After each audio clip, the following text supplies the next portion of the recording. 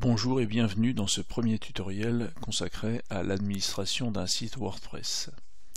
Donc pour commencer, vous allez vous rendre à l'adresse de votre site.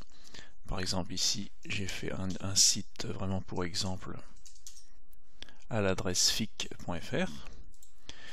Vous vous placez à la fin de l'adresse de votre nom de domaine et vous ajoutez une barre oblique, le slash wp comme WordPress, -admin pour l'administration.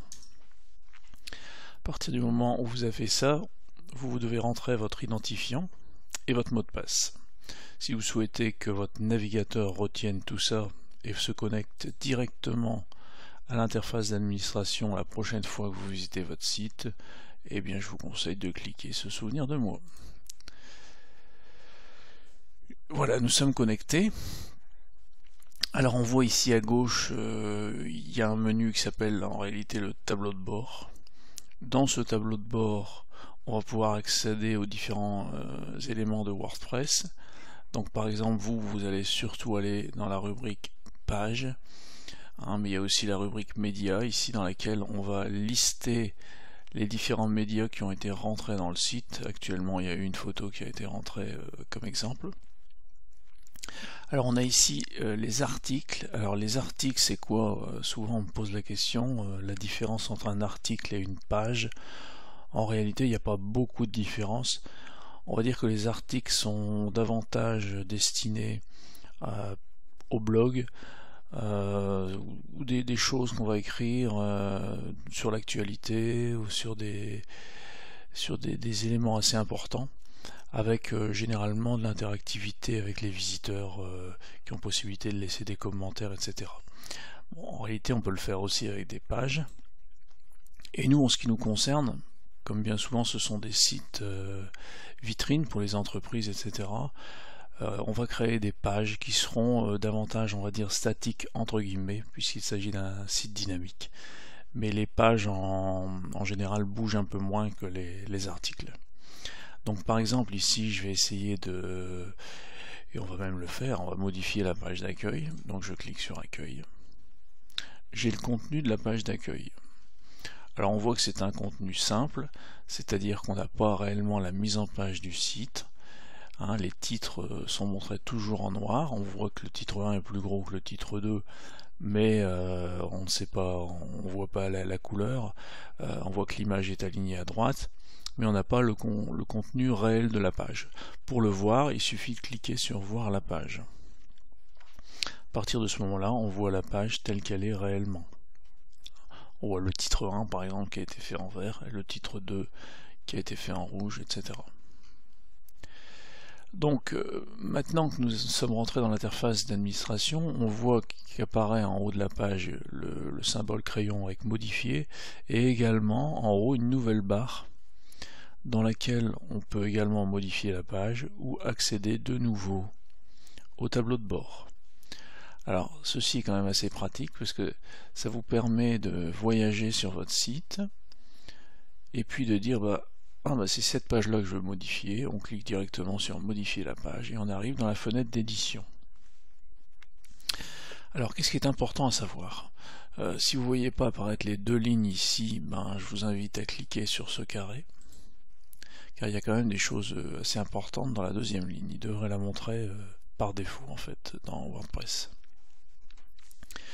Donc que peut-on dire de cette interface? C'est une interface type comme on peut rencontrer sur n'importe quel traitement de texte, on va dire. Donc on peut sélectionner un texte et puis décider d'écrire en gras, d'écrire en italique ou même changer sa couleur. Si je fais mettre à jour, il ne faut jamais oublier de le faire, je vais enregistrer ma page dans la base de données et à partir du moment où c'est fait, on peut visualiser la page. Donc vous voyez qu'effectivement j'ai un texte qui apparaît en rose. Voilà. Donc je retourne dans la modification de la page, je vais annuler ce que j'ai fait précédemment. Donc je me mets en mode paragraphe, mais ça on n'avait pas changé. Je vais mettre un texte en noir et je vais effacer l'italique et le gras. Alors que peut-on dire d'important à ce niveau-là? Lorsque vous avez des textes à copier-coller, par exemple ici je fais un CTRL-C, copier, et que vous voulez le coller dans une page. Si vous faites ça à partir d'un traitement de texte, il faut passer par cette fenêtre d'édition. CTRL-V, on colle le texte. Alors pourquoi? Parce que dans les traitements de texte, il y a des signes de parasites, on va dire, qui sont interprétés par les traitements de texte, comme des retours chariots, des retours à la ligne, etc. Et ce formatage ne convient pas au site internet. À partir du moment où vous passez dans cette fenêtre coller du texte Word, il va en gros nettoyer tous les codes parasites qu'il peut avoir dans la page, et lorsque vous allez faire insérer, il va vous insérer un texte propre dans la page. Voilà. Quand vous voulez insérer du texte simple, sans retour chariot, etc., vous allez passer par ici. Autre chose importante, on voit ici, quand je sélectionne le texte mon titre 1, vous avez ici effectivement marqué titre 1. Si je change, je le passe en titre 2, on voit que la taille a diminué légèrement, on est passé dans un autre type de titre. Alors pourquoi c'est important? Le titre 1 est un titre dit H1 au niveau des moteurs de recherche, et c'est un titre qui a beaucoup d'importance par rapport au référencement. Donc faut faire attention, il ne faut pas en abuser non plus dans les pages. Alors, en général on met le titre H1 en début de paragraphe, avec de préférence des mots-clés à l'intérieur. Mais ça, au niveau du référencement, on aura l'occasion d'en reparler dans d'autres tutoriels. Alors toujours dans les choses vraiment importantes à savoir, qui font vraiment partie des bases d'édition de texte sur Internet, lorsque vous faites un retour chariot, on change systématiquement de paragraphe, hein, donc on passe en double lignage et on a changé de paragraphe. Si vous désirez forcer un retour à la ligne sans changer de paragraphe, et donc garder une interligne simple, à ce moment-là vous appuyez sur la touche majuscule et vous appuyez sur Entrée. On a vu ici, donc on passe bien à la ligne sans pour cela créer un double interlignage. Alors, autre chose importante, à partir du moment où on change le statut d'un texte, c'est-à-dire actuellement il est en paragraphe et je vais le mettre par exemple en titre 3, et bien en fait tout le texte qui est sélectionné derrière bascule en titre 3 si vous n'avez pas fait de changement de paragraphe. Donc systématiquement, si vous avez l'intention de mettre un titre, vous placez votre curseur derrière et vous passez sur un changement de paragraphe. Sinon tout le texte sera sélectionné comme titre et ce sera pas chouette. Voilà. Donc encore une fois, à partir du moment, vous voyez là par exemple, je suis passé en italique parce que j'avais un morceau de texte qui était en italique, donc je le supprime. Voilà, ici je vais supprimer ça aussi.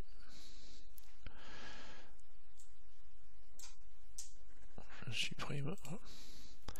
Donc à partir du moment où vous avez fini vos changements, jamais oublier de cliquer sur mettre à jour. Sinon, bien évidemment, les changements ne seront pas visibles. Il va les garder en mémoire, on l'a vu tout à l'heure, mais les changements ne seront pas visibles.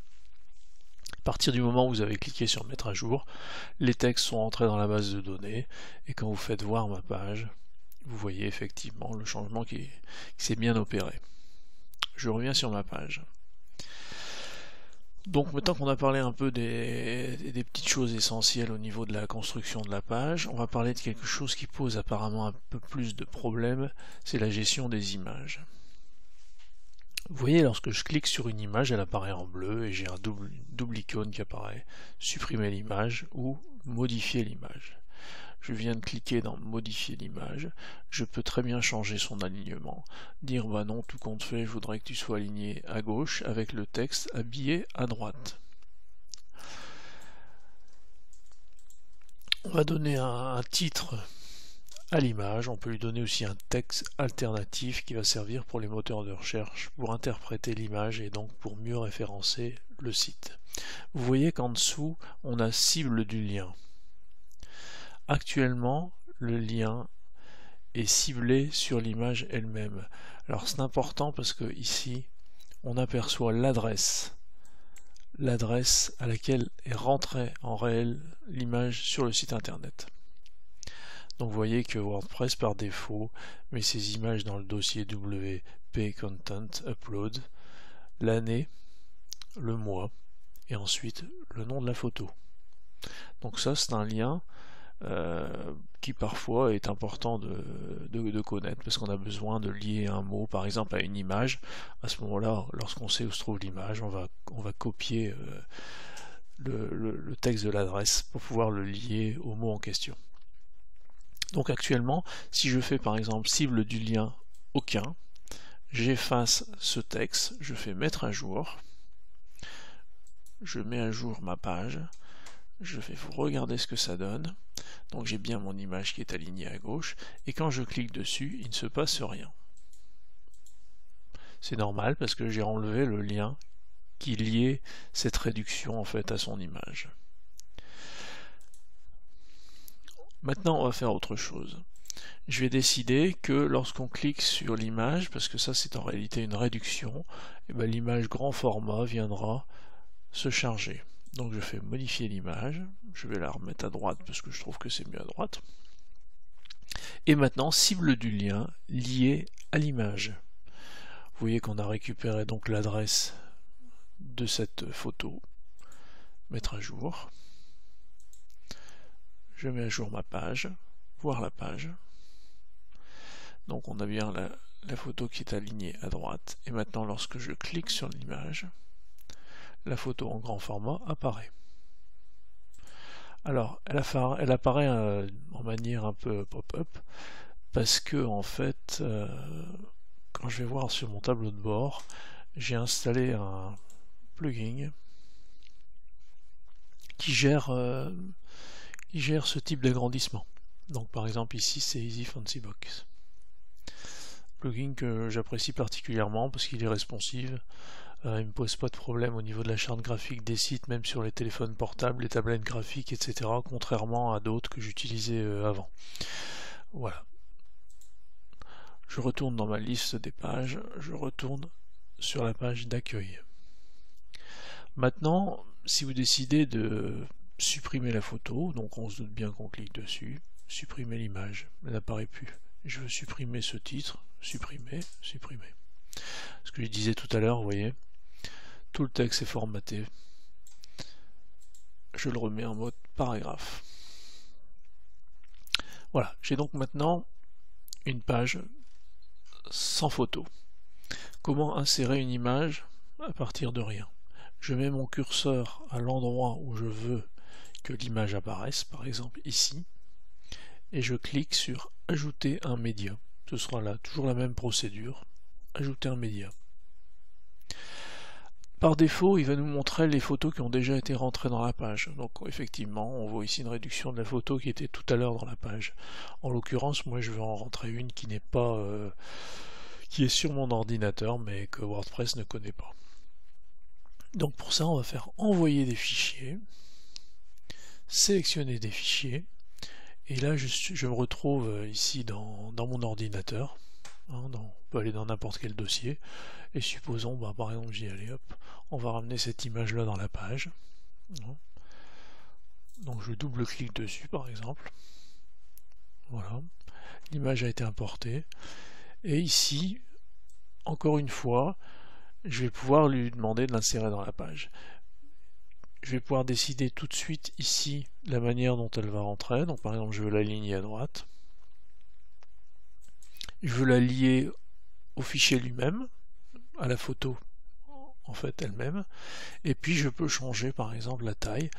Donc la taille d'origine, ici on est en 980 pixels sur 630 pixels. C'est une taille que je vous conseille parce que faut pas aller au-delà. Jamais mettre de photos en haute définition, vous allez ralentir le site, vous allez bloquer même certains écrans qui n'ont pas une résolution assez élevée, donc il vaut mieux mettre une taille raisonnable. Je vais rentrer l'image dans une taille moyenne, insérer dans la page.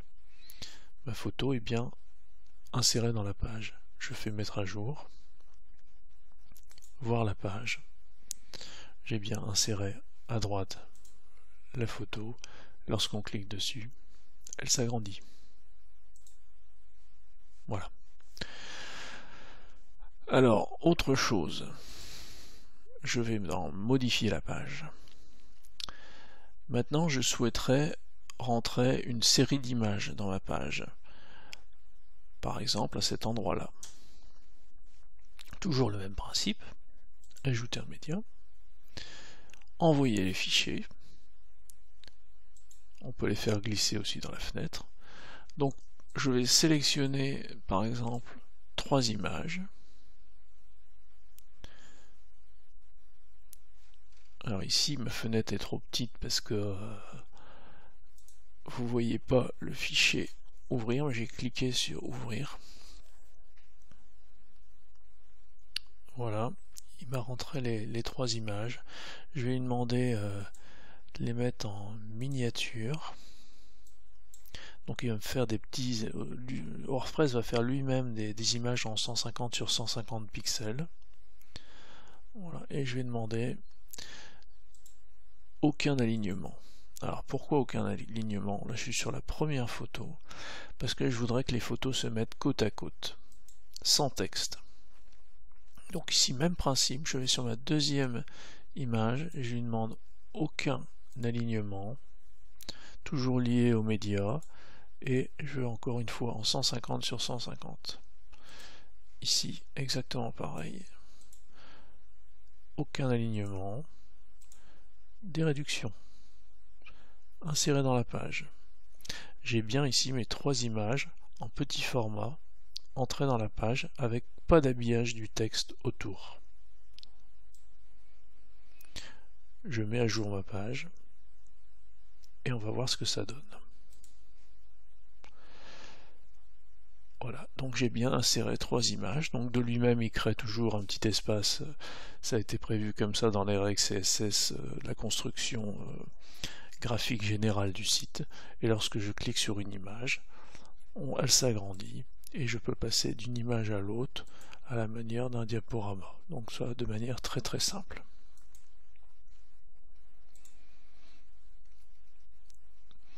Voilà, donc toujours le même principe, hein. Voilà, je veux supprimer cette photo, je dis il n'y a vraiment rien à faire là, supprimer la photo, mettre à jour.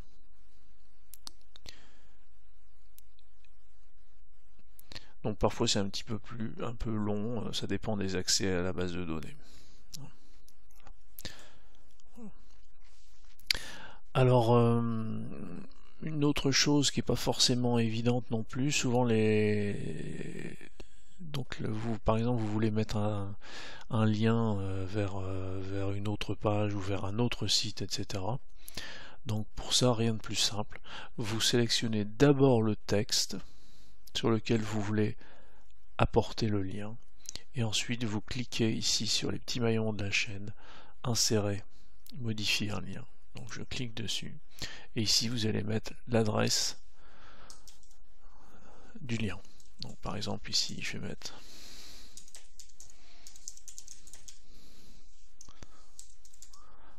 je fais un lien vers mon site photo. Je peux lui demander d'ouvrir dans une nouvelle fenêtre le lien, ajouter mon lien. Vous voyez qu'il apparaît ici en bleu souligné. Je fais mettre à jour. Maintenant voir la page. On voit qu'effectivement maintenant on a un lien qui a été inséré, hein. Je vois que lorsque je passe la souris dessus, lorsque je clique dessus, j'ouvre une nouvelle page et je suis sur le site photo ici, frankduquesne.fr, dans un nouvel onglet. Vous voyez pas les onglets car j'ai limité la taille de l'écran. Voilà. Voilà pour la première partie, vraiment sur on va dire le b.a-ba de l'administration d'une page WordPress.